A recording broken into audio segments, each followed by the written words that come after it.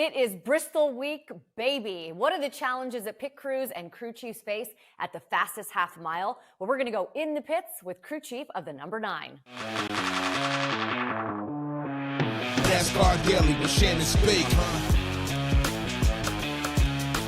Hey, happy Wednesday, everybody. Welcome into NASCAR Daily. I'm Shannon Spake. What a weekend we have in store for everybody.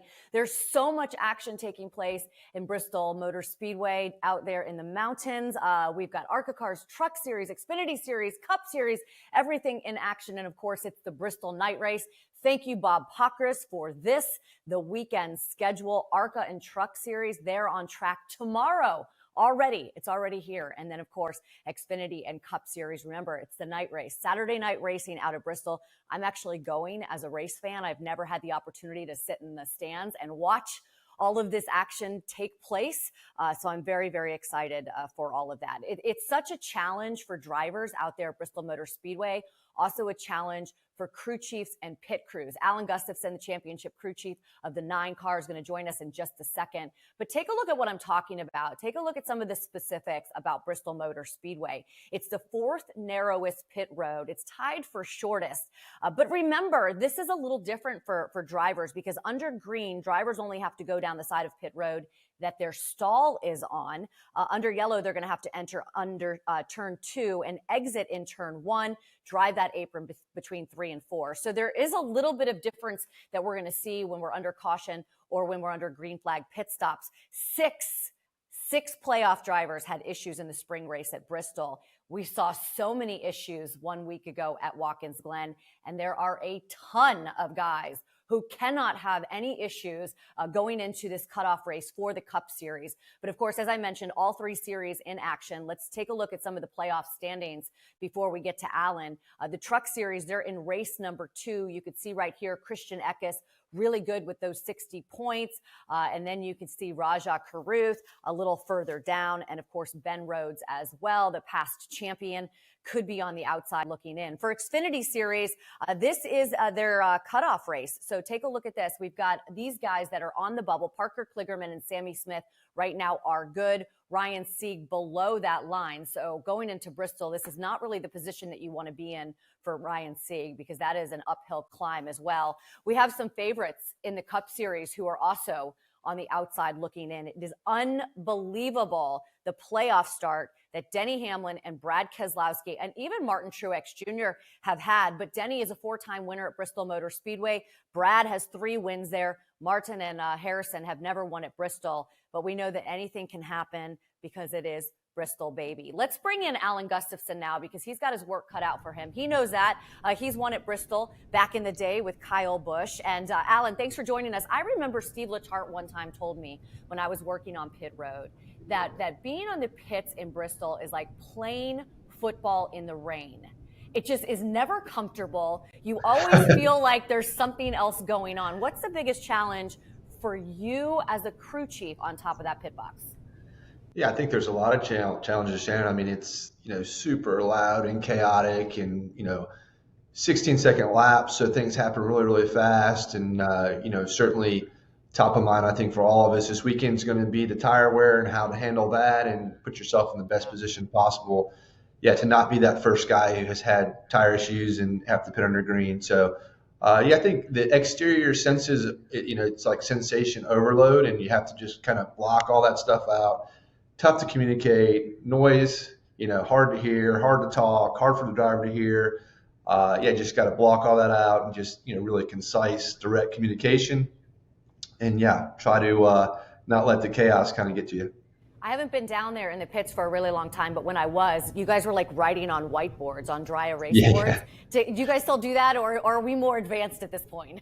Yeah, no, like you resort to any means necessary to communicate in this situation. So, whiteboards, paper, hand signals, some universal hand signals every once in a while. So, whatever it takes to get your point across.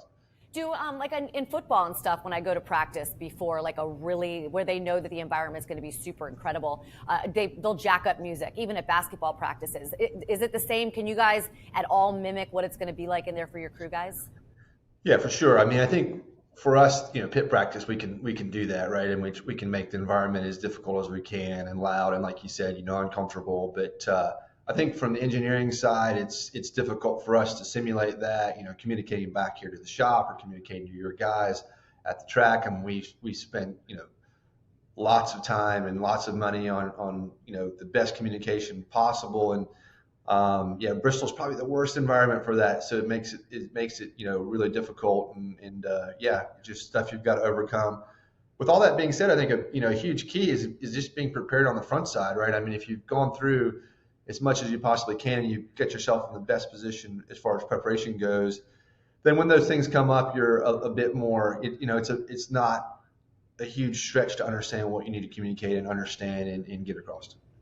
I'm glad you mentioned the tires. It's crazy because we've seen so many iterations of Bristol over the years, not just obviously the dirt, but just the way that the racing has changed. And it was really unique in the spring, right, because of the tires that we saw on those cars. I mean, how do you expect that to translate to the night race? Yeah, I mean, I think that's really the question. Certainly every chase crew chief is kind of thinking about right now, right? Well, I mean, if you don't know the answer, I certainly don't know the answer. Yeah, no one, I can guarantee you right now, no one knows the answer, including Goodyear, including NASCAR, including any crew chief or driver. So don't let them tell you different. Nobody knows the answer. In the spring, we ran this tire, I think to kind of rewind, we ran this tire in the fall last year, kind of normal situation. The groove moved up top. Tire wear wasn't a huge concern, although the objective for Goodyear was to have the tires wear out a bit more. Fast forward to the spring, NASCAR has the damp track condition initiative at Bristol, so the traction compound that we used to use at the night race, the PJ1, doesn't really do well in wet conditions, so they used a different traction compound. And then we go there in the spring, and we can't make it 40 laps, killing tires. So, wearing them out, and that caused all the chaos that caused, and made for obviously a super exciting event, but an event that was took a couple of years off my life and probably all the rest of the crew chiefs on pit road. So now we're going back at night. The conditions are a bit different. The traction compound hasn't changed. The tire hasn't changed. But I think one thing that is going to be different this race from the spring is the Xfinity race will be there. So we don't know how much that's going to affect it, how much rubber they'll be able to put down.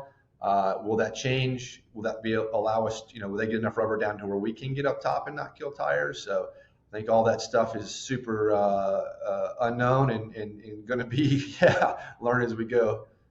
All right, so drinking word or phrase of the weekend is traction compound, everybody at home. So there you go. When we hear it, make sure you get those drinks. Before I let you go, you guys are 30 to the good right now. I think that's the number, right? Like, let me double check just to make sure. That's correct. 30 to the good. On a scale of 1 to 10, 10 being the best, how safe do you feel going into Bristol?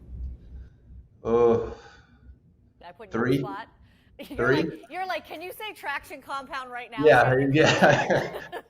I think my drinking word is points. So every time I hear about points throughout the weekend. So I mean, I think that we're in a pretty good position relative, but it's just you just never know. I don't think you're ever comfortable in the chase or the playoffs till you move on and you get that word during the race that you've scored enough playoff points or done enough that you're locked in, and then you're like, all right, let's go try to win.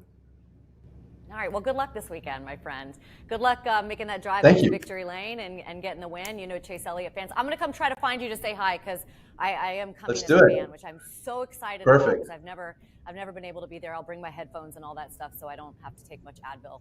I'm excited. I'm excited to see Shannon in fan mode. It'll be fun. All right, bye. I'll see you soon. Good luck. See you. Oh, I know race fans will love to see Chase Elliott in victory lane this weekend. They'd also love to see this guy in victory lane, Dale Earnhardt Jr. making a start out there in the Xfinity Series. Here is the paint scheme for his number 88. Very cool. Remember, he was in this race 1 year ago, led 47 laps. Of course, couldn't finish. He had an issue late in the race. We'll see what he can do when Xfinity Series cars hit the track in just a couple of days. If you need a NASCAR fix, we've got it. We've got so much content to get you ready for Bristol this weekend. Later today, you can take a look at Around the Track with Kim Kuhn and Ryan Flores. We've got the weekend recap at 1 p.m. And then tomorrow, of course, we're here every morning, every weekday morning. at 10 o'clock, NASCAR Daily. Tomorrow, Erica Davis joins us to get you ready for some of your big bets for this weekend. Drop the Jack podcast. That comes to you at 3 o'clock. And then tomorrow evening, Inside the Playoffs on True TV and Max, Kyle Busch will be joining us again. He has had so much success at Bristol Motor Speedway, so I cannot wait to hear what he has to say. That's at 7 o'clock on True TV and Max. Tomorrow, Erica Davis joins us. I hope you all have a great Wednesday. We'll see you tomorrow. NASCAR Daily with Shannon Spake.